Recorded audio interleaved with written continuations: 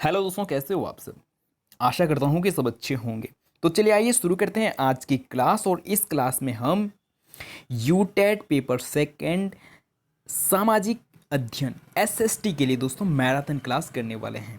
और इस क्लास में हम क्लास 6, 7, 8 की ज्योग्राफी की एनसीईआरटी से दोस्तों आज हम संपूर्ण चैप्टर और संपूर्ण क्वेश्चन आंसर को करने वाले हैं। तो चलिए दोस्तों शुरू करते हैं आज के क्लास की आज के पहले प्रश्न के साथ। तो दोस्तों आज के लिए जो पहला प्रश्न हो जाएगा, तो दोस्तों प्रश्न को शुरू करने से पहले आप सभी एक कॉफी और पेन ले लेंगे और उसमें आप क्या करेंगे, कॉफी में इस प्रकार से नंबरिंग करेंगे 1, 2, 3, 4, 5 इस प्रकार से नंबरिंग करेंगे।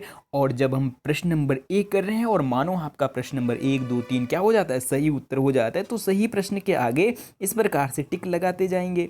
और ऐसा करने से दोस्तों वीडियो के अंत में आप पाएंगे कि आपके दोस्तों कितने प्रश्न सही हो रहे हैं। और ऐसा करने से दोस्तों आपको फायदा ये होगा कि आप अपने स्वयं की तैयारी का दोस्तों स्वयं से मूल्यांकन कर सकते हैं।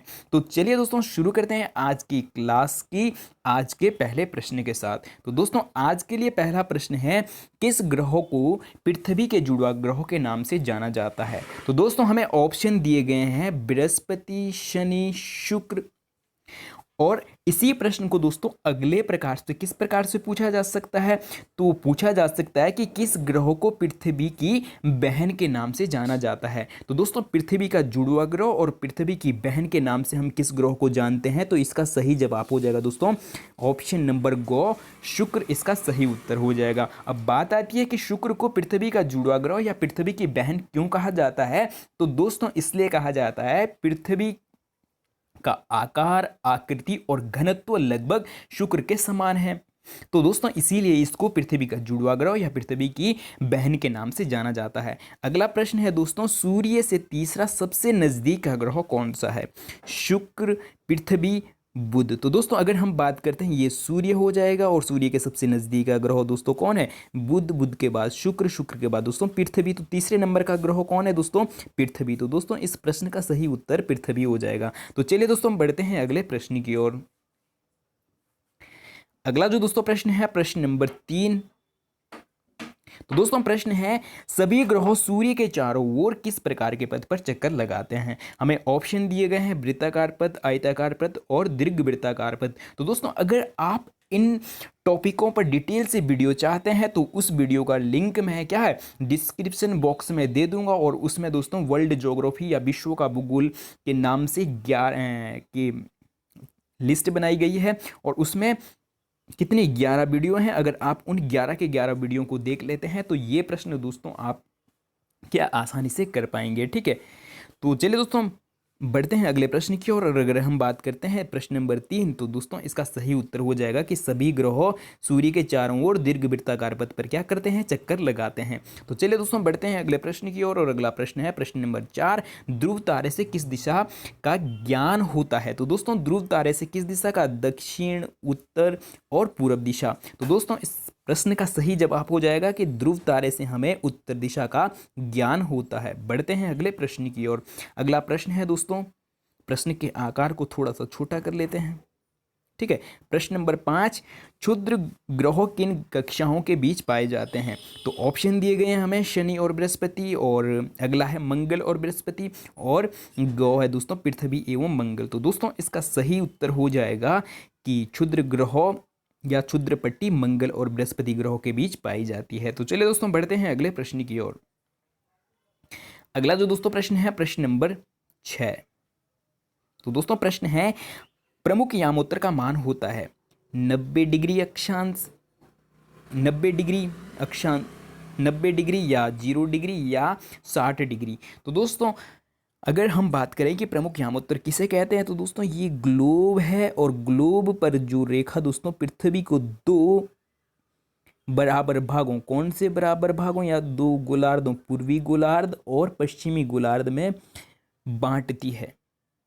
ठीक है, उसी रेखा को दोस्तों प्रमुख यामोत्तर या प्रमुख यामोत्तर या दोस्तों मुख्य यामोत्तर के नाम से जाना जाता है। तो दोस्तों उसका मान कितना होता है, प्रमुख यामोत्तर का मान कितना होता है या इस रेखा का मान कितना होता है, तो दोस्तों 0 डिग्री देशांतर होता है। ठीक है, 0 डिग्री देशांतर होता है दोस्तों। ठीक है, और अगर पूछा जाता हमें कि जो विषुवत रेखा है, ठीक है, या भूमध्य रेखा है, भूमध्य रेखा का मान कितना होता है, तो दोस्तों उसका भी 0 डिग्री अक्षांश होता है। ठीक है, उसका कितना होता है दोस्तों, 0 डिग्री अक्षांश होता है और इसका 0 डिग्री देशांतर है। तो चलिए दोस्तों बढ़ते हैं अगले प्रश्न की ओर। और अगला जो दोस्तों प्रश्न है, प्रश्न नंबर 7, शीत कटिबंधीय किसके नजदीक पाया जाता है।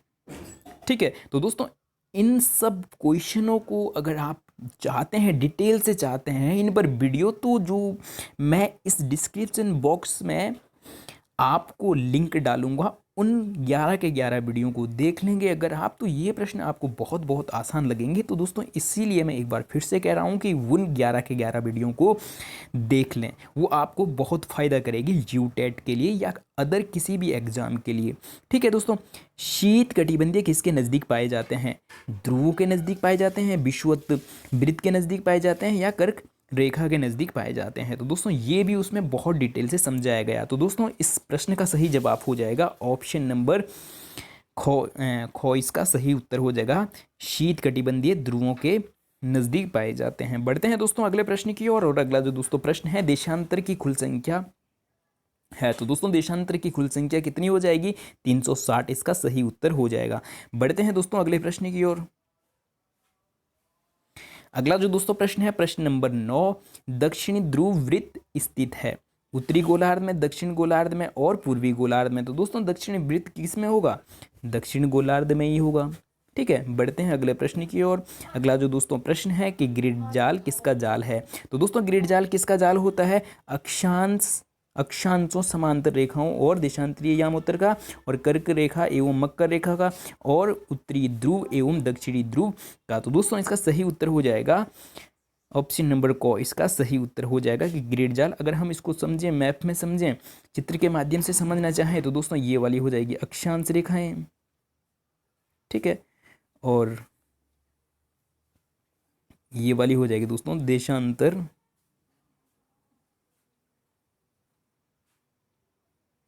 रेखाएं।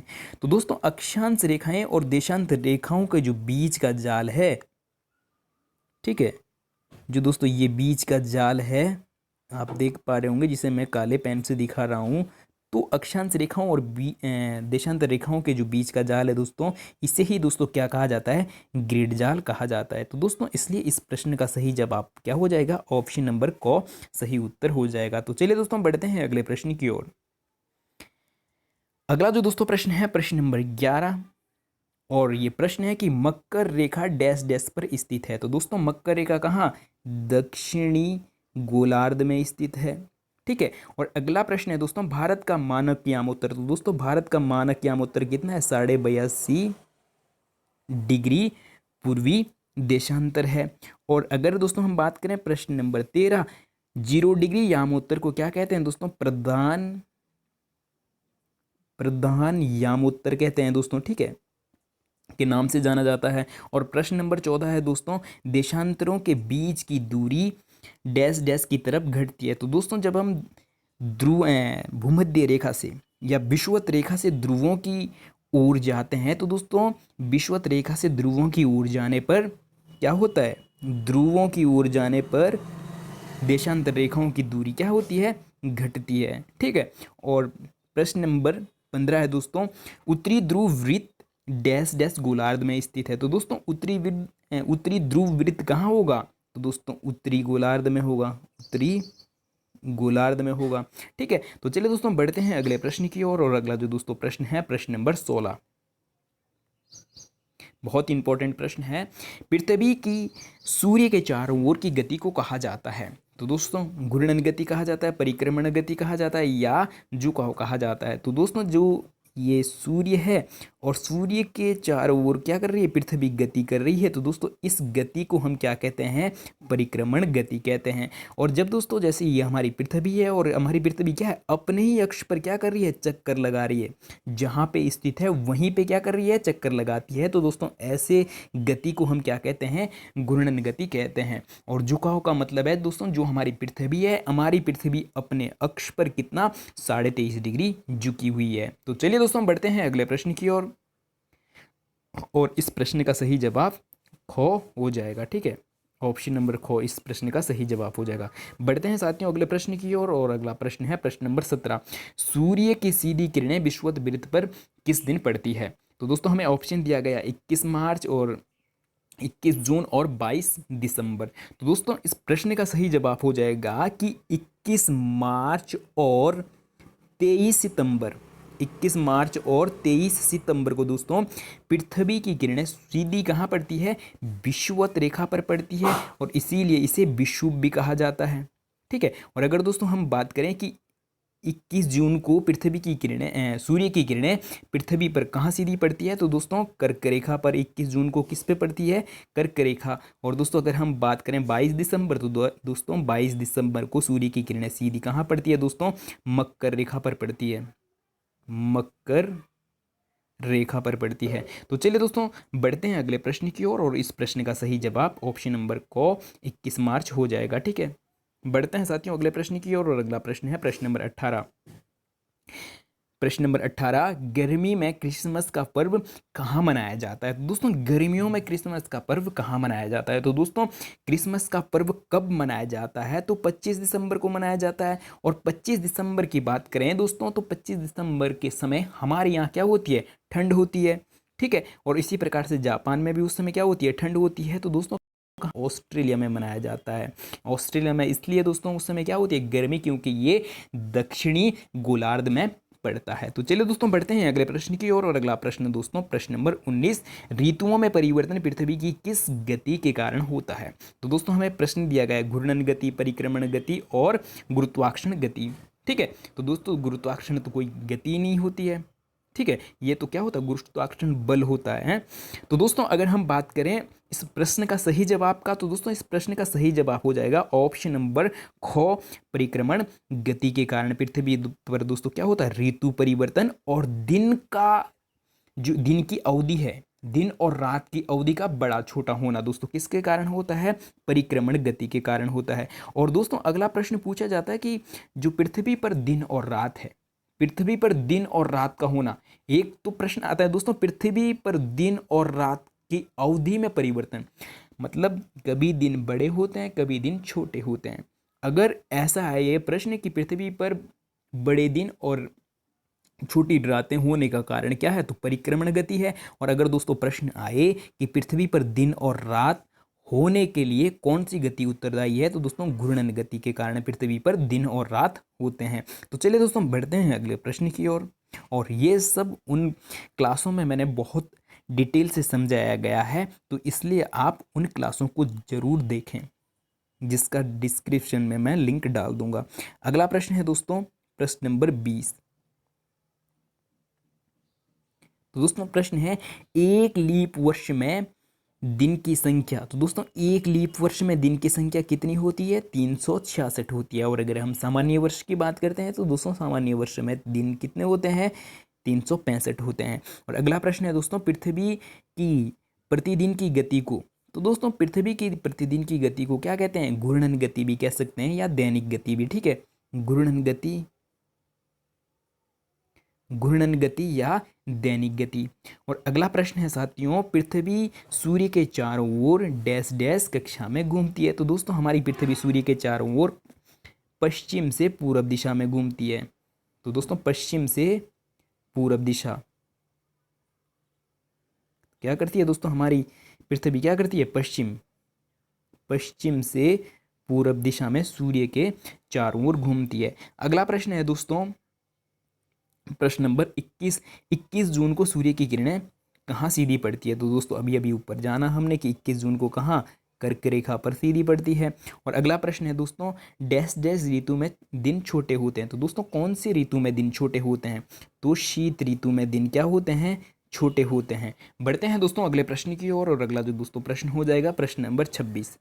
और ये दोस्तों बहुत बहुत इंपॉर्टेंट प्रश्न है। ये यूटेट में भी पूछा गया प्रश्न है और सीटेट में भी पूछा गया प्रश्न है। तो दोस्तों प्रश्न है, वृक्षों के वितरण को दिखाने वाले मानचित्र, जिसमें हम वृक्षों के वितरण को दिखाते हैं, उसे क्या कहा जाता है? भौतिक मानचित्र कहा जाता है, थीमेटिक मानचित्र कहा जाता है, या राजनीतिक मानचित्र कहा जाता है? तो दोस्तों इसी पे एक प्रश्न बन सकता है कि मानचित्र कितने प्रकार के होते हैं। तो दोस्तों मानचित्र 3 प्रकार के होते हैं, भौतिक मानचित्र, थीमेटिक मानचित्र और राजनीतिक मानचित्र। अब बात करते हैं दोस्तों भौतिक मानचित्र में हम किन चीज़ों को दर्शाते हैं।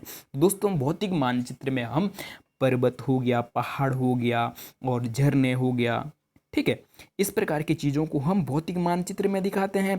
और अगर हम बात करते हैं दोस्तों थीमेटिक मानचित्र, तो थीमेटिक मानचित्र में दोस्तों जैसे वन हो गया, ठीक है, वृक्ष हो गया, वन हो गया और साथ में वर्षा, ठीक है, वर्षा को भी दोस्तों किस में दर्शाते हैं? थीमेटिक मानचित्र। ये भी प्रश्न पूछा गया है। और साथ में उद्योगों को भी दोस्तों किस में दर्शाते हैं? हम थीमेटिक मानचित्र के अंतर्गत दर्शाते हैं। और वहीं पे दोस्तों अगर हम बात करते हैं राजनीतिक मानचित्र, तो दोस्तों राजनीतिक मानचित्र में हम अंतर्राष्ट्रीय सीमाओं को और राष्ट्रीय सीमाओं को और किसी राज्य के जनपद के सीमाओं को और किसी गाँव के सीमाओं को दर्शाते हैं। अगर हमें सीमाओं को दर्शाना हो तो दोस्तों सीमाओं को हम किस में? राजनीतिक मानचित्र में। और अगर हम पर्वत, पहाड़, झरने इस प्रकार का दर्शाना हो तो दोस्तों हम किस में दर्शाते हैं? भौतिक मानचित्र में। भौतिक मानचित्र में जो जैसे दोस्तों हम महाद्वीप है, ठीक है, महाद्वीप को भी हम किस में? महाद्वीप हो गया, महासागर हो गया, उसको भी हम किस में? भौतिक मानचित्र में दर्शाते हैं। और थीमेटिक मानचित्र में वृक्ष हो गया, वन हो गया और वर्षा हो गई और उद्योग हो गए दोस्तों, इसको हम थीमेटिक मानचित्र में दर्शाते हैं। और राजनीतिक मानचित्र में हम किसी देश की राष्ट्रीय सीमा या अंतर्राष्ट्रीय सीमाओं या राज्य के जनपद की सीमाओं को दर्शाते हैं, ठीक है। तो चलिए दोस्तों बढ़ते हैं अगले प्रश्न की ओर। और अगला जो दोस्तों प्रश्न हो जाएगा प्रश्न नंबर 22। तो दोस्तों प्रश्न है, नीले रंग का इस्तेमाल किसे दिखाने में किया जाता है? जलाशय, पर्वतों और मैदानों। तो दोस्तों नीले रंग का इस्तेमाल हम किसको दिखाने के लिए करते हैं? तो इसका सही उत्तर हो जाएगा दोस्तों जलाशयों को दिखाने के लिए करते हैं। बढ़ते हैं अगले प्रश्न की ओर। अगला जो दोस्तों प्रश्न है प्रश्न नंबर 28। दिक्सूचक का उपयोग किया जाता है। तो दोस्तों दिक्सूचक का उपयोग किसके लिए किया जाता है? तो हमें ऑप्शन दिए गए हैं, प्रतीकों को दिखाने के लिए और मुख्य दिशाओं का पता लगाने के लिए, और अगला है दूरी मापने के लिए। तो दोस्तों इसका सही उत्तर हो जाएगा ऑप्शन नंबर ख। इसका सही उत्तर हो जाएगा कि दिक्सूचक का उपयोग हम किसके लिए? मुख्य दिशाओं का पता लगाने के लिए करते हैं। तो दोस्तों दिक्सूचक एक क्या यंत्र है और इससे हमें इस प्रकार से नॉर्थ पोल और साउथ पोल का ज्ञान होता है, ठीक है। तो चलिए दोस्तों बढ़ते हैं अगले प्रश्न की ओर। और अगला प्रश्न है साथियों प्रश्न नंबर 29। पैमाना आवश्यक है मानचित्र के लिए, रेखा चित्र के लिए और प्रतीकों के लिए। तो दोस्तों इसका सही उत्तर हो जाएगा ऑप्शन नंबर ख। इसका सही उत्तर हो जाएगा मानचित्र के लिए पैमाना आवश्यक है। बढ़ते हैं साथियों अगले प्रश्न की ओर। अगला जो दोस्तों प्रश्न है प्रश्न नंबर 30। कौन सी पर्वत श्रृंखला एशिया एवं यूरोप को अलग करती है? तो दोस्तों इसका सही उत्तर हो जाएगा, हमें ऑप्शन दिया गया एंडीज, हिमालय, यूराल। तो दोस्तों यूराल इसका सही उत्तर हो जाएगा। बढ़ते हैं अगले प्रश्न की ओर। उत्तर अमेरिका, दक्षिण अमेरिका कैसे जुड़े हैं? स्थल संधि, जल संधि या नहर? तो दोस्तों अगर हम बात करते हैं इस प्रश्न को 2 से 3 बार सीटेट और इसी प्रकार से यूटेट की परीक्षाओं में भी पूछा गया है। तो दोस्तों बात करते हैं कि उत्तर अमेरिका और दक्षिण अमेरिका आपस में कैसे जुड़े हैं। तो दोस्तों इसका सही जवाब हो जाएगा स्थल संधि के द्वारा जुड़े हैं। और अगला प्रश्न आता है दोस्तों, उत्तर अमेरिका दक्षिण अमेरिका के बीच जो स्थल संधि है उस स्थल संधि का नाम बताना है। तो दोस्तों उत्तर अमेरिका और दक्षिण अमेरिका के बीच जो स्थल संधि है वो है पनामा स्थल संधि है। तो चलिए दोस्तों बढ़ते हैं अगले प्रश्न की ओर। और अगला जो दोस्तों प्रश्न है प्रश्न नंबर 32। वायुमंडल में किस गैस का प्रतिशत सर्वाधिक है? नाइट्रोजन, ऑक्सीजन और कार्बन डाइऑक्साइड। तो दोस्तों इसका जो सही उत्तर हो जाएगा वो हो जाएगा ऑप्शन नंबर को। इसका सही उत्तर हो जाएगा कि वायुमंडल में कितना 78% क्या पाई जाती है दोस्तों? नाइट्रोजन पाई जाती है, और 21% दोस्तों क्या पाई जाती है? ऑक्सीजन पाई जाती है, और अन्य सभी गैसें दोस्तों 1% पाई जाती है। और बढ़ते हैं अगले प्रश्न की ओर। अगला जो दोस्तों प्रश्न हो जाएगा प्रश्न नंबर 33। प्रश्न को थोड़ा सा जूम कर लेते हैं। तो दोस्तों प्रश्न है, पृथ्वी का कौन सा भाग ठोस चट्टानों का बना होता है? वायुमंडल, जलमंडल और स्थलमंडल। तो दोस्तों बात आ रही है ठोस चट्टानों का। पृथ्वी का कौन सा भाग किससे? ठोस चट्टानों का बना होता है। तो दोस्तों थलमंडल हमारा क्या है? थलमंडल कह सकते हैं या स्थलमंडल कह सकते हैं। तो ये ठोस चट्टानों का बना होता है। बढ़ते हैं साथियों अगले प्रश्न की ओर, और अगला प्रश्न है प्रश्न नंबर 34। सबसे बड़ा महाद्वीप कौन सा है? ठीक है, तो दोस्तों हमें ऑप्शन दिए गए हैं अफ्रीका महाद्वीप और एशिया महाद्वीप और ऑस्ट्रेलिया महाद्वीप। तो दोस्तों संसार में कितने या विश्व में कितने महाद्वीप है? 7 महाद्वीप है, और 7 महाद्वीपों में से जो दोस्तों सबसे बड़ा महाद्वीप है वो है एशिया महाद्वीप। ठीक है, और दूसरे नंबर का है दोस्तों अफ्रीका महाद्वीप। और अगर हम बात करते हैं सबसे छोटे महाद्वीप की, तो दोस्तों सबसे छोटा महाद्वीप हो जाएगा ऑस्ट्रेलिया महाद्वीप। तो दोस्तों इस प्रश्न का सही जवाब ऑप्शन नंबर ख एशिया सही उत्तर हो जाएगा। बढ़ते हैं अगले प्रश्न की ओर। अगला जो साथियों प्रश्न है प्रश्न नंबर 35। हिमालय के सबसे दक्षिण भाग को क्या कहा जाता है? तो दोस्तों हिमालय को 3 भागों में विभाजित किया गया है, शिवालिक, हिमाद्री और हिमाचल। तो हमें बताना है कि जो हिमालय है, हिमालय के सबसे दक्षिण भाग को क्या कहा जाता है? तो दोस्तों इस प्रश्न का जो सही उत्तर हो जाएगा वो हो जाएगा ऑप्शन नंबर क। इसका सही उत्तर हो जाएगा कि हिमालय के सबसे दक्षिण भाग को शिवालिक कहा जाता है। बढ़ते हैं साथियों अगले प्रश्न की ओर। सह्याद्री को अन्य किस नाम से जाना जाता है? अरावली, पश्चिम घाट और हिमाद्री। तो दोस्तों इस प्रश्न का सही उत्तर हो जाएगा ऑप्शन नंबर को। दोस्तों इसका सही उत्तर हो जाएगा कि सह्याद्री को अन्य किस नाम से? पश्चिम घाट के नाम से जाना जाता है। बढ़ते हैं साथियों अगले प्रश्न की ओर, और अगला जो प्रश्न है बहुत बहुत इंपॉर्टेंट प्रश्न है। पाक जलसंधि किन देशों के बीच है?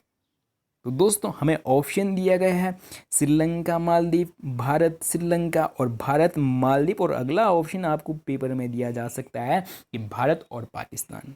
तो दोस्तों पाक जलसंधि किन 2 देशों के बीच है? तो दोस्तों पाक जलसंधि भारत और श्रीलंका के बीच है। समझते हैं थोड़ा सा इसको चित्र के माध्यम से। ये भारत का क्या है? दक्षिण भारत का हिस्सा हो जाएगा, और ये हो जाएगा दोस्तों यहाँ पर श्रीलंका। तो दोस्तों श्रीलंका और भारत कैसे जुड़े हैं? इनके बीच में क्या है? यहाँ पे जल है। ठीक है, तो जिस जल संधि के द्वारा जुड़े हैं, तो इस जल संधि का नाम जो दोस्तों है, तो वो कौन सा नाम है? पाक जल संधि। तो दोस्तों ये प्रश्न बहुत बहुत इंपॉर्टेंट है। पाक जल संधि किन 2 देशों के बीच है? तो भारत और श्रीलंका। या आपको प्रश्न बन सकता है कि भारत और श्रीलंका के बीच कौन सी जल संधि है? तो भी दोस्तों इस प्रश्न का जवाब क्या हो जाना था? पाक जल संधि। बढ़ते हैं साथियों अगले प्रश्न की ओर, और अगला जो प्रश्न होने वाला है प्रश्न नंबर 38, और ये भी साथियों बहुत इंपॉर्टेंट प्रश्न है। अरब सागर में स्थित भारतीय द्वीप कौन सा है? तो दोस्तों ये दक्षिण भारत हो जाएगा। ठीक है, तो हमें अरब सागर में बताना है, अरब सागर में भारतीय। तो दोस्तों अगर हम बात करते हैं, ये अरब सागर हो जाएगा इधर को, और इधर को क्या हो जाएगा दोस्तों? बंगाल की खाड़ी हो जाएगा, और नीचे हिंद महासागर हो जाएगा। और हमें बताना है दोस्तों अरब महासागर। तो दोस्तों अरब महासागर में यहाँ पर कौन सा भारत का क्या है? द्वीप है, द्वीप समूह है। तो दोस्तों यहाँ पे हो जाएगा कौन सा? लक्षद्वीप। और अगर हम दोस्तों बात करते हैं अंडमान निकोबार द्वीप समूह, तो दोस्तों ये बंगाल की खाड़ी में इधर है। ठीक है, इधर अंडमान निकोबार द्वीप में। और दोस्तों अगर हम बात करते हैं मालदीव, तो दोस्तों मालदीव भारत का हिस्सा नहीं है। जिस प्रकार से श्रीलंका एक स्वतंत्र राष्ट्र, स्वतंत्र देश है, उसी प्रकार से दोस्तों मालदीव भी क्या है? एक स्वतंत्र देश है। ठीक है, बढ़ते हैं साथियों अगले प्रश्न की ओर। अगला जो दोस्तों प्रश्न है बहुत इंपॉर्टेंट प्रश्न है, और ये यूटेट की परीक्षा में भी पूछा गया है और सीटेट की परीक्षा में भी पूछा गया है। भारत की सबसे पुरानी पर्वत श्रृंखला कौन सी है? अरावली, पश्चिम घाट और हिमाचल। हिमालय। तो दोस्तों इसका जो सही उत्तर हो जाएगा ऑप्शन नंबर क, इसका सही उत्तर हो जाएगा कि भारत की सबसे पुरानी पर्वत श्रृंखला कौन सी है, अरावली है। तो चलिए दोस्तों बढ़ते हैं अगले प्रश्न की ओर, और अगला जो दोस्तों प्रश्न हो जाएगा प्रश्न नंबर 40। प्रश्न के आकार को थोड़ा सा छोटा कर लेते हैं। तो दोस्तों प्रश्न नंबर 40 है,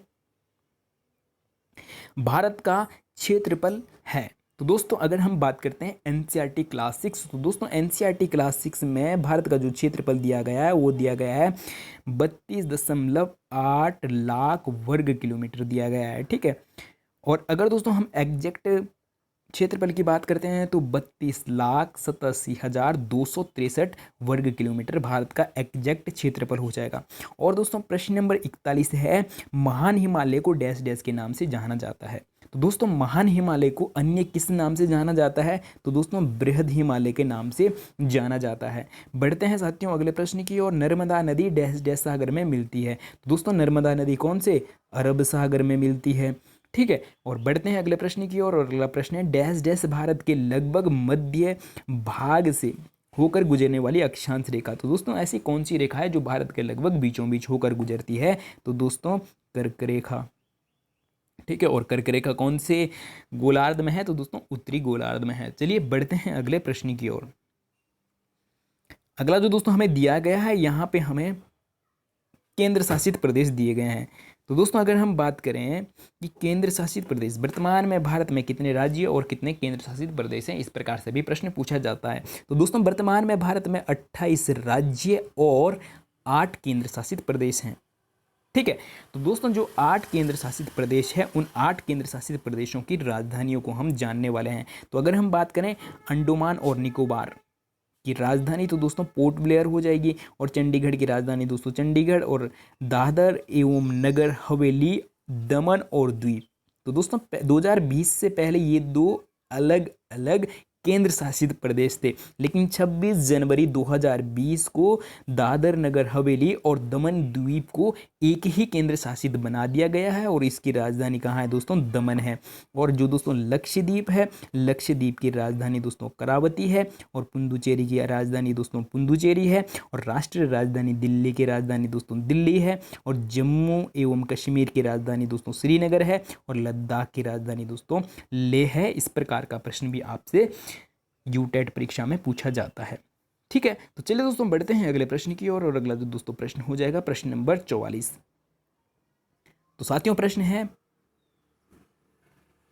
सोना, पेट्रोल एवं कोयला किसके उदाहरण हैं, शैल के उदाहरण है, खनिज के उदाहरण है, या जीवाश्म के उदाहरण है। तो दोस्तों इसका सही उत्तर हो जाएगा कि सोना, पेट्रोल, कोयला किसके, खनिज के उदाहरण हैं। बढ़ते हैं दोस्तों अगले प्रश्न की ओर।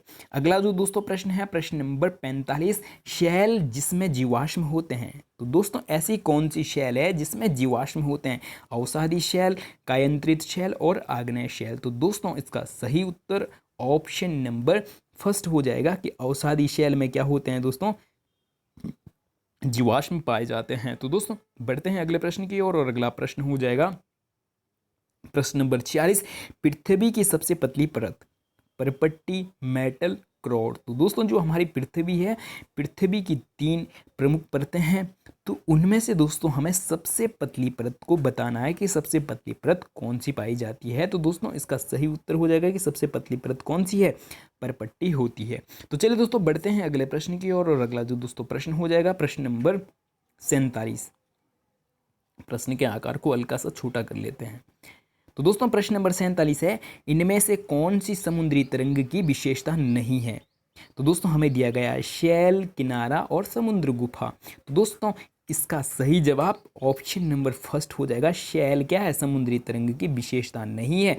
बाकी समुद्र तरंग का किनारा भी होता है, और समुद्र तरंगों से दोस्तों गुफाएं भी बनती है। तो चलिए दोस्तों बढ़ते हैं अगले प्रश्न की ओर, और अगला जो दोस्तों प्रश्न हो जाएगा प्रश्न नंबर 48, हिमनद की निक्षेपण की विशेषता, हिमनद की विक्षेपण विशेषता है बाढ़कृत मैदान, पुलीन और हिमोड। तो दोस्तों इसका सही उत्तर हो जाएगा ऑप्शन नंबर 3, इसका सही उत्तर हो जाएगा कि हिमनद की विशेषता क्या है, हिमोड है। बढ़ते हैं साथियों अगले प्रश्न की ओर। अगला प्रश्न है प्रश्न नंबर 50, पृथ्वी की आकस्मिक गतियों के कारण कौन सी घटना होती है। तो दोस्तों हमें दिया गया है ज्वालामुखी, वलन और बाढ़कृत मैदान। तो दोस्तों इसका सही उत्तर ऑप्शन नंबर फर्स्ट हो जाएगा कि पृथ्वी की आकस्मिक गतियों के कारण दोस्तों ज्वालामुखी, और अगर भूकंप होता तो भूकंप भी सही उत्तर हो जाता। चलिए दोस्तों बढ़ते हैं अगले प्रश्न की ओर, और अगला प्रश्न है दोस्तों प्रश्न नंबर 50। छत्रक शैल पाई जाती है रेगिस्तान, नदी घाटी में और हिमनद में। तो दोस्तों इसका सही उत्तर हो जाएगा कि छत्रक शैल कहाँ पाई जाती है दोस्तों, ऑप्शन नंबर फर्स्ट सही उत्तर हो जाएगा, रेगिस्तान में पाई जाती है। तो चलिए बढ़ते हैं अगले प्रश्न की ओर। अगला जो दोस्तों प्रश्न है प्रश्न नंबर 51। चाप झील यहाँ पाई जाती है। तो दोस्तों चाप झील कहाँ पाई जाती है, हिमनद में पाई जाती है, नदी घाटी में पाई जाती है या रेगिस्तान में पाई जाती है। तो दोस्तों इसका सही जवाब क्या हो जाएगा कि चाप झील कहाँ पाई जाती है दोस्तों, नदी घाटी में पाई जाती है। बढ़ते हैं अगले प्रश्न की ओर। अगला प्रश्न है दोस्तों बहुत बहुत इंपॉर्टेंट प्रश्न है, और ये प्रश्न लगभग यूटेट में 2 से 3 और इसी प्रकार से सीटेट में भी 2 से 3 बार पूछा गया प्रश्न है। प्रश्न है दोस्तों निम्नलिखित में से कौन सी गैस हमें सूर्य की हानिकारक किरणों से बचाती है। तो दोस्तों इसके ऑप्शन दिए गए हमें कार्बन डाइऑक्साइड और नाइट्रोजन और ओजोन। तो दोस्तों इसका सही जवाब हो जाएगा ओजोन गैस हमें क्या करती है, सूर्य से आने वाली हानिकारक पराबैंगनी किरणों से बचाती है। और अगला प्रश्न आता है दोस्तों कि ओजोन जो परत है, ओजोन जो गैस है वो कौन से मंडल में पाई जाती है। तो दोस्तों ओजोन गैस कौन से मंडल में, समताप मंडल में पाई जाती है। बढ़ते हैं साथियों अगले प्रश्न की ओर, और अगला प्रश्न है प्रश्न नंबर 53। वायुमंडल की सबसे महत्वपूर्ण परत। तो दोस्तों हमें ऑप्शन दिया गया है क्षोभ मंडल और ब्राह्मंडल और मध्य मंडल। तो दोस्तों वायुमंडल की सबसे महत्वपूर्ण परत किसे कहा जाता है, क्षोभ मंडल को कहा जाता है। और क्यों कहा जाता है, क्योंकि दोस्तों इसमें जितने भी मौसम संबंधित घटनाएं हैं, तो दोस्तों मौसम संबंधी सभी घटनाएं कहाँ होती है, क्षोभ मंडल में होती है। तो इसलिए इसे वायुमंडल की सबसे महत्वपूर्ण परत कहा जाता है। तो चलिए बढ़ते हैं साथियों अगले प्रश्न की ओर। अगला जो दोस्तों प्रश्न हो जाएगा प्रश्न नंबर 54। तो दोस्तों प्रश्न है वायुमंडल की निम्न परतों में कौन सी बादल विहीन परत है। तो दोस्तों कौन सी परत ऐसी है जिसमें बिल्कुल भी क्या नहीं होते हैं, बादल नहीं पाए जाते हैं। हमें ऑप्शन दिया गया है क्षोभ मंडल, समताप मंडल और मध्य मंडल। तो दोस्तों इसका सही जवाब हो जाएगा ऑप्शन नंबर सेकंड, इसका सही उत्तर हो जाएगा समताप मंडल। तो चलिए दोस्तों बढ़ते हैं अगले प्रश्न की ओर, और अगला जो दोस्तों प्रश्न होने वाला है प्रश्न नंबर 55। तो दोस्तों प्रश्न है वायुमंडल की परतों में जब हम ऊपर जाते हैं तब वायुदाब क्या होता है। दोस्तों जैसे जैसे हम वायुमंडल में क्या है परतों के में ऊपर की ओर जाते हैं, तो वैसे वैसे वायुमंडल का दाब क्या होता है, बढ़ता है, घटता है या समान रहता है। तो दोस्तों इसका सही जवाब हो जाएगा कि जैसे जैसे हम वायुमंडल की परतों में ऊपर की ओर जाते हैं तो वायुदाब घटता जाता है। बढ़ते हैं दोस्तों अगले प्रश्न की ओर। अगला प्रश्न है जब वृष्टि तरल रूप में पृथ्वी पर आती है तो उसे हम क्या कहते हैं दोस्तों, बादल कहते हैं, वर्षा कहते हैं या हिम कहते हैं। दोस्तों इसका सही जवाब हो जाएगा ऑप्शन नंबर सेकंड, इसका सही जवाब हो जाएगा कि जब वर्षा किसमें, तरल रूप में पृथ्वी पर आती है तो दोस्तों उसे हम क्या कहते हैं, वर्षा कहते हैं। तो चलिए बढ़ते हैं दोस्तों अगले प्रश्न की ओर। अगला जो दोस्तों प्रश्न हो जाएगा प्रश्न नंबर 57। तो दोस्तों प्रश्न है वह प्रक्रम जिसमें जल लगातार अपने स्वरूप बदलता है। तो दोस्तों हमने उस प्रक्रम का नाम बताना है जिसमें जल अपने क्या कर रहा है, लगातार स्वरूप बदल रहा है। और महासागर, वायुमंडल और स्थल मंडल, पहले महासागर, महासागर से वाष्प बनकर कहाँ, वायुमंडल में गया, वायुमंडल से फिर वर्षा के रूप में स्थल मंडल में आया। तो ऐसे चक्र को दोस्तों हम क्या कहते हैं, हमें दिया गया जल चक्र कहते हैं या ज्वार भाटा कहते हैं या महासागरीय धाराएं कहते हैं। तो दोस्तों इसका सही जवाब हो जाएगा ऑप्शन नंबर फर्स्ट, सही उत्तर हो जाएगा जल चक्र कहते हैं। बढ़ते हैं दोस्तों अगले प्रश्न की ओर। अगला जो दोस्तों प्रश्न है प्रश्न नंबर 58।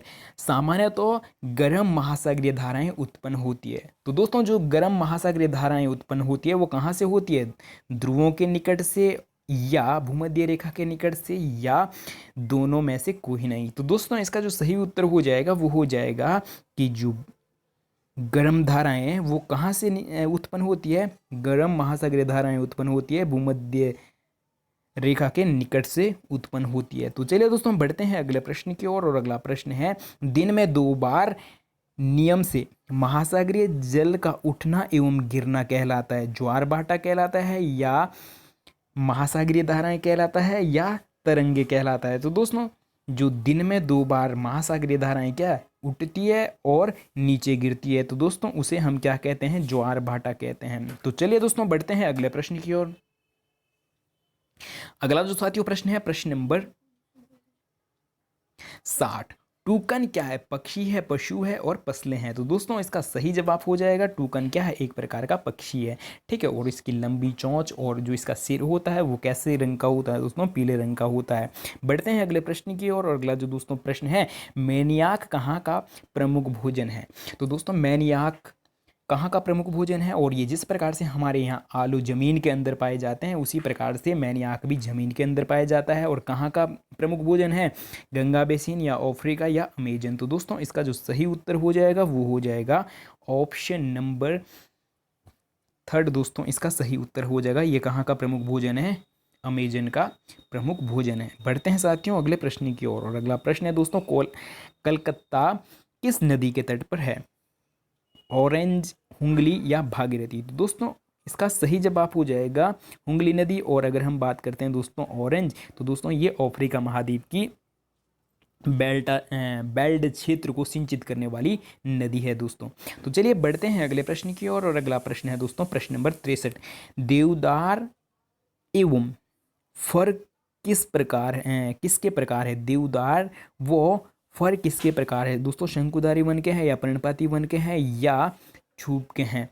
तो दोस्तों इसका जो सही उत्तर हो जाएगा वो हो जाएगा ऑप्शन नंबर 1 दोस्तों, इसका सही उत्तर हो जाएगा शंकुधारी वन के हैं। बढ़ते हैं अगले प्रश्न की ओर। और अगला प्रश्न है प्रश्न नंबर 64। बंगाल टाइगर कहाँ मिलते हैं, पर्वतों में मिलते हैं या डेल्टा क्षेत्रों में मिलते हैं या अमेजन में मिलते हैं। तो दोस्तों इसका सही जवाब हो जाएगा ऑप्शन नंबर 2, सही उत्तर हो जाएगा डेल्टा क्षेत्रों में।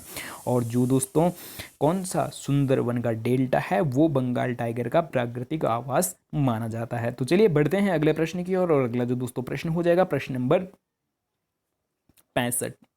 दोस्तों प्रश्न है सहारा अफ्रीका के किस भाग में स्थित है। तो दोस्तों दक्षिण में स्थित है, उत्तर में स्थित है या पश्चिम में स्थित है। तो दोस्तों अगर हम बात करते हैं कि सहारा अफ्रीका के किस भाग में स्थित है, तो दोस्तों इसका सही उत्तर हो जाएगा उत्तर में स्थित है। और जो दोस्तों सहारा रेगिस्तान है, सहारा रेगिस्तान दोस्तों इससे 11 देशों की सीमाएं लगती है। और इसका जो अगर दोस्तों हम क्षेत्रफल की बात करते हैं तो क्षेत्रफल कितना है, 8.2 के लगभग है। और अगर हम भारत का क्षेत्रफल देखते हैं तो हमारा भारत का क्षेत्रफल है दोस्तों 2.4, ठीक है। तो दोस्तों इससे हम अनुमान लगा सकते हैं कि जो सहारा रेगिस्तान है, सहारा रेगिस्तान कितना बड़ा है, ठीक है। तो चलिए दोस्तों बढ़ते हैं अगले प्रश्न की ओर। और अगला जो दोस्तों प्रश्न है प्रश्न नंबर 65 नहीं दोस्तों, अगला प्रश्न है 67, ठीक है। लद्दाख रेगिस्तान के अधिकांश निवासी, जो दोस्तों लद्दाख है, ठीक है, और लद्दाख में जो रेगिस्तान है वहाँ के निवासी कौन है, ईसाई और मुसलमान है, और बौद्ध और मुसलमान है, और ईसाई एवं बौद्ध है। तो दोस्तों अगर हम बात करते हैं इस प्रश्न का सही जवाब हो जाएगा ऑप्शन नंबर 2 दोस्तों, इस प्रश्न का सही जवाब हो जाएगा बौद्ध और मुसलमान लद्दाख रेगिस्तान के अधिकांश निवासी हैं। बढ़ते हैं अगले प्रश्न की ओर। और अगला जो दोस्तों प्रश्न है प्रश्न नंबर 68। रेगिस्तान की विशेषता, विरल वनस्पति, अधिकांश वर्षण और अल्प जलवाष्प। तो दोस्तों इसका जो सही उत्तर हो जाएगा वो हो जाएगा ऑप्शन नंबर 1 दोस्तों, इसका सही उत्तर हो जाएगा विरल वनस्पति। बढ़ते हैं अगले प्रश्न की ओर। और अगला दोस्तों प्रश्न है प्रश्न नंबर 69। लद्दाख में हेमिस प्रसिद्ध है। तो दोस्तों लद्दाख में जो हेमिस है वो किसके लिए प्रसिद्ध है, मंदिर के लिए प्रसिद्ध है, चर्च के लिए प्रसिद्ध है या बौद्ध मठ के लिए प्रसिद्ध है। तो दोस्तों लद्दाख में जो क्या है हेमिस है वो बौद्ध मठ के लिए प्रसिद्ध है। और हेमिस के अलावा जो दोस्तों लद्दाख में प्रसिद्ध क्या है, बौद्ध मठ है, वो है लाम्यूरू और थिंगसे, दो दूसरे क्या है प्रसिद्ध बौद्ध मठ है दोस्तों। प्रश्न नंबर 70। मिस्र निम्न फसल के लिए प्रसिद्ध है। तो दोस्तों गेहूं के लिए प्रसिद्ध है या मकई के लिए प्रसिद्ध है या कपास के लिए प्रसिद्ध है। दोस्तों इसका सही उत्तर हो जाएगा ऑप्शन नंबर 3, इसका सही उत्तर हो जाएगा कपास। तो दोस्तों जो मिस्र का कपास है वो विश्व भर में प्रसिद्ध है, ठीक है। अगला प्रश्न है दोस्तों प्रश्न नंबर 71। इनमें से कौन सा प्राकृतिक पारितंत्र नहीं है। तो दोस्तों पारितंत्र 2 प्रकार के होते हैं, प्राकृतिक और मानवकृत या मानव निर्मित। ठीक है, हमें बताना है कि कौन सा प्राकृतिक पारितंत्र नहीं है, मरुस्थल, ताल और वन। तो दोस्तों अगर हम बात करते हैं इस प्रश्न के सही जवाब की, तो दोस्तों सही उत्तर हो जाएगा ऑप्शन नंबर सेकंड, ताल क्या है, प्राकृतिक पारितंत्र नहीं है। क्यों नहीं है? क्योंकि दोस्तों जहाँ पे हम पानी को स्वयं क्या करते हैं, रोक कर रखते हैं, और वहाँ पर पानी क्या हो जाता है, एकत्रित हो जाता है, तो उसे ही हम ताल कहते हैं। तो उसे पानी को कौन रोक कर रख रहा है, हम मनुष्य। ठीक है, तो उसे ही ताल कहा जाता है, और ताल क्या नहीं है, प्राकृतिक पारितंत्र नहीं है, इसलिए ऑप्शन नंबर सेकंड इसका सही उत्तर हो जाएगा। बढ़ते हैं साथियों अगले प्रश्न की ओर, और अगला जो दोस्तों प्रश्न है प्रश्न नंबर 72, इनमें से कौन सा मानवीय पर्यावरण का घटक नहीं है। तो दोस्तों हमें बताना है कि कौन सा मानवीय पर्यावरण का घटक नहीं है, स्थल, धर्म और समुदाय। तो दोस्तों इसका जो सही उत्तर हो जाएगा ऑप्शन नंबर फर्स्ट इसका सही उत्तर हो जाएगा। स्थल क्या है, मानवीय पर्यावरण का घटक नहीं है। बढ़ते हैं दोस्तों अगले प्रश्न की ओर। अगला जो दोस्तों प्रश्न है प्रश्न नंबर 73, इनमें से कौन सा मानव निर्मित पर्यावरण है, पहाड़, समुद्र, सड़क। तो दोस्तों अगर हम बात करें मानव निर्मित पर्यावरण जिन्हें मानवों ने बनाया हो, तो दोस्तों अगर हम बात करते हैं पहाड़ों को तो मनुष्य नहीं बना सकता, और समुद्र को भी मनुष्य नहीं बना सकता, लेकिन सड़क को मनुष्य बना सकता है। तो दोस्तों सड़क ही इस प्रश्न का सही जवाब हो जाएगा कि मानव निर्मित पर्यावरण क्या है, सड़क इसका सही उत्तर हो जाएगा। बढ़ते हैं दोस्तों अगले प्रश्न की ओर, और अगला जो दोस्तों प्रश्न है प्रश्न नंबर 74, इनमें से कौन सा पर्यावरण के लिए खतरा है, पादप, जनसंख्या, फसल। तो दोस्तों मानव पर्यावरण के लिए कौन सा खतरा है, पादप का मतलब है दोस्तों अगर वनस्पति में वृद्धि हो रही है, वनस्पति का मतलब दोस्तों पेड़ पौधों में वृद्धि हो रही है, तो वो पर्यावरण के लिए खतरा है। वो तो दोस्तों उससे तो फायदा ही होना है। अगर हमारे पर्यावरण में ज़्यादा से ज़्यादा वृक्ष लगाए जाएं तो हमें दोस्तों क्या है, स्वच्छ हवा मिलेगी। ठीक है, और अगर दोस्तों हम बात करते हैं फसल की, अगर हमारे पर्यावरण में हम ज़्यादा से ज़्यादा फसलों को उगाएं तो उससे भी दोस्तों हमें क्या होना है, फायदा होना है। हमारे देश में या विश्व में कोई भी आदमी क्या है, भूखा नहीं मरेगा अगर ज़्यादा से ज़्यादा फसलों को उगाते हैं। लेकिन जो दोस्तों जनसंख्या वृद्धि है, जनसंख्या वृद्धि दोस्तों मानवीय पर्यावरण या पर्यावरण के लिए क्या है, खतरा है। ठीक है, तो बढ़ते हैं दोस्तों अगले प्रश्न की ओर, और अगला जो दोस्तों प्रश्न हो जाएगा प्रश्न नंबर 75। दोस्तों प्रश्न नंबर 75 है जैवमंडल। ठीक है, तो दोस्तों जैवमंडल का जो अगर हम बात करते हैं प्रश्न नंबर 75 का जो दोस्तों सही उत्तर हो जाएगा वो हो जाएगा जैवमंडल का हो जाएगा दोस्तों वो संकीर्ण भाग या वो संकीर्ण क्षेत्र जहाँ स्थल, जल, वायु पारस्परिक क्या करते हैं, क्रिया करते हैं। ठीक है, और अगर दोस्तों हम बात करते हैं वायुमंडल, तो वायुमंडल का हो जाएगा दोस्तों फर्स्ट, वायुमंडल किसे कहते हैं दोस्तों, पृथ्वी को घेरने वाली वायु की चादर को हम वायुमंडल कहते हैं। और वहीं पे दोस्तों अगर हम बात करते हैं 77 का दोस्तों हो जाएगा ऑप्शन नंबर सेकंड सही उत्तर हो जाएगा कि जलमंडल किसे कहते हैं, जलीय क्षेत्र को जलमंडल कहते हैं। और अगर दोस्तों हम बात करें 78 का दोस्तों 4 हो जाएगा। ठीक है, पर्यावरण किसे कहते हैं, हमारे आसपास के क्षेत्र को हम पर्यावरण कहते हैं। तो चलिए दोस्तों बढ़ते हैं अगले प्रश्न की ओर, और अगला जो दोस्तों प्रश्न होने वाला है प्रश्न नंबर 80। बहुत बहुत इंपॉर्टेंट प्रश्न है साथियों। द्रवित मैग्मा से बने शैल को क्या कहा जाता है, आग्नेय शैल कहा जाता है या अवसादी या कायांतरित। तो दोस्तों अगर हम बात करते हैं द्रवित मैग्मा से बने शैल को क्या कहा जाता है, तो दोस्तों इसका सही उत्तर हो जाएगा आग्नेय शैल। और आग्नेय शैल भी दोस्तों 2 प्रकार की होती है, अंतर्वेदी और बहिर्वेदी। बढ़ते हैं दोस्तों अगले प्रश्न की ओर। अगला प्रश्न है साथियों प्रश्न नंबर 80। पृथ्वी की सबसे भीतरी परत, जो दोस्तों हमारी पृथ्वी है और पृथ्वी की सबसे भीतरी परत है, तो उसे क्या कहा जाता है। तो दोस्तों पृथ्वी के सबसे बाह्य वाली परत को क्या कहा जाता है, परपट्टी कहा जाता है। और परपट्टी के बाद दोस्तों कौन सी परत होती है, मेटल होती है। और मेटल के बाद दोस्तों सबसे आंतरिक परत कौन सी होती है या सबसे भीतरी परत कौन सी होती है, क्रोड होती है। तो चलिए दोस्तों हम बढ़ते हैं अगले प्रश्न की ओर, और इसका सही जवाब हो जाएगा ऑप्शन नंबर सेकंड, क्रोड सही उत्तर हो जाएगा। तो चलिए बढ़ते हैं साथियों अगले प्रश्न की ओर।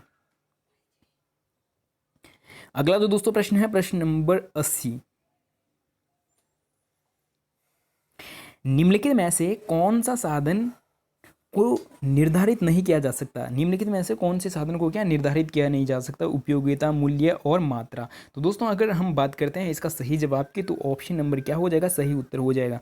संसाधन को क्या है निर्धारित, उपयोगिता भी दोस्तों संसाधन को निर्धारित करती है और मूल्य भी संसाधन को निर्धारित करता है। लेकिन अगर हम मात्रा की बात करते हैं तो दोस्तों संसाधन हम किसको, जो छोटी कम मात्रा में उसे भी हम संसाधन कह सकते हैं, जो अपार मात्रा में उसे भी हम संसाधन को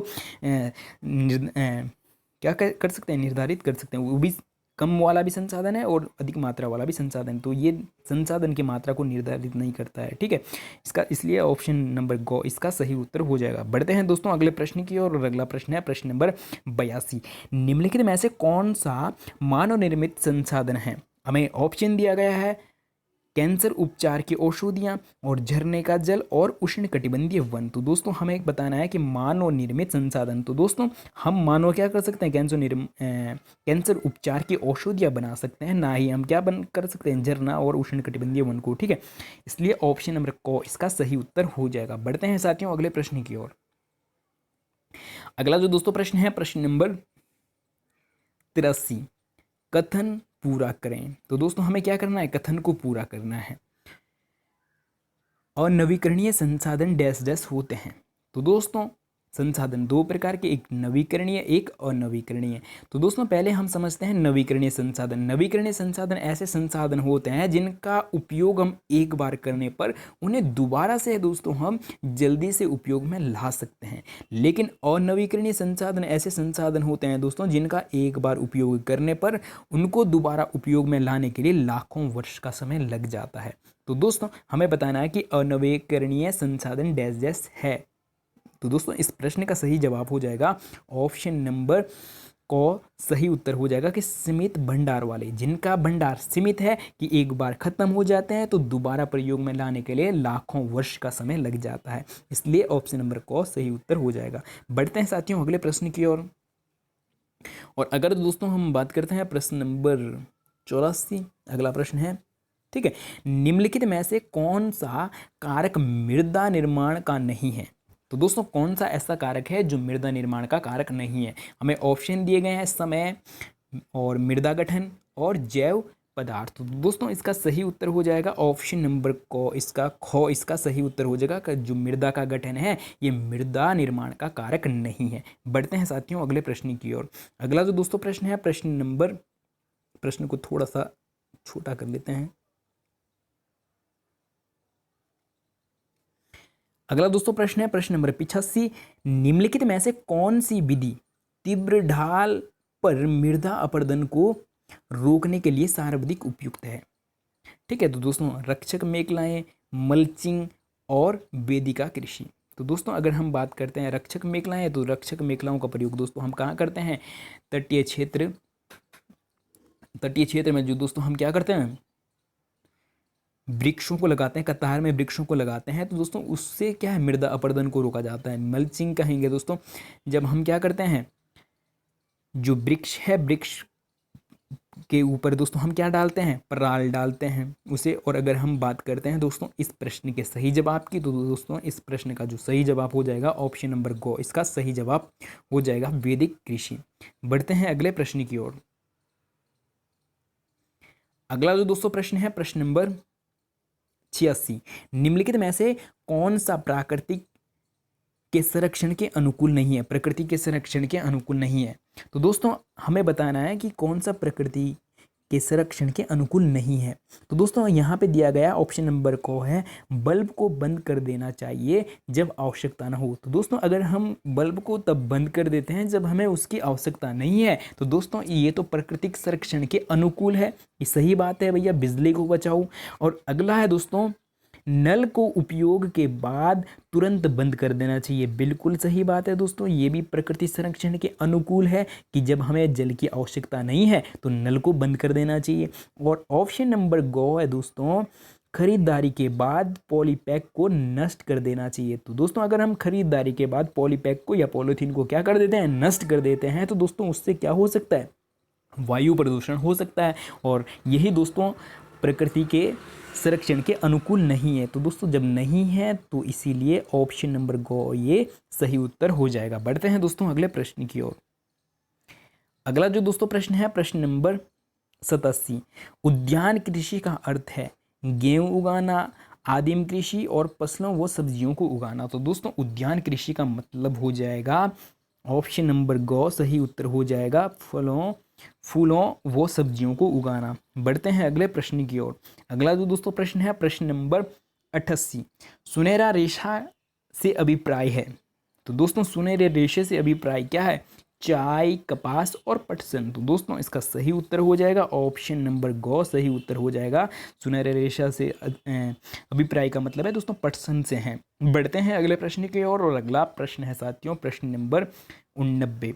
प्रश्न है कॉफ़ी का प्रमुख उत्पादक है ब्राज़ील है दोस्तों, या भारत है, या रूस है। तो दोस्तों इसका सही जवाब हो जाएगा ऑप्शन नंबर को, इसका सही जवाब हो जाएगा कि कॉफ़ी का जो दोस्तों प्रमुख उत्पादक है वो ब्राज़ील है। बढ़ते हैं अगले प्रश्न की ओर। अगला जो दोस्तों प्रश्न है प्रश्न नंबर 90। तो दोस्तों प्रश्न है जनसंख्या वितरण शब्द से अभिप्राय क्या है, मतलब क्या तात्पर्य है या क्या अभिप्राय है? जनसंख्या नियंत्रण या जनसंख्या वितरण।